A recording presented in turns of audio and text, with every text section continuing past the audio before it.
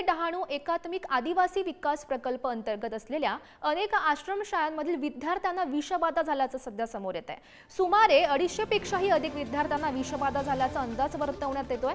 रणकोळ, नंडोरे, आंबेरीसह काही आश्रमशाळांमधील विद्यार्थ्यांना विषबाधा झाली आहे। सर्व विद्यार्थ्यांची प्रकृती सध्या स्थिर असल्याचं समजतंय, अशी माहिती प्रकल्प अधिकारी सत्यम गांधी यांनी दिली आहे। हो, साधारणतः 11:30 वाजण्याच्या दरम्यान नंडोरे आश्रमशाळेतील सुमारे 30 मुलं ग्रामीण रुग्णालय येथे उपचारासाठी दाखल झालेली आहेत।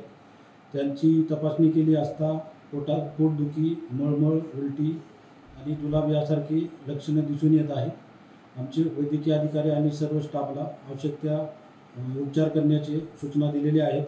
तसेच त्यांना सध्या तरी दाखल करून घेण्यात आलेले आहे।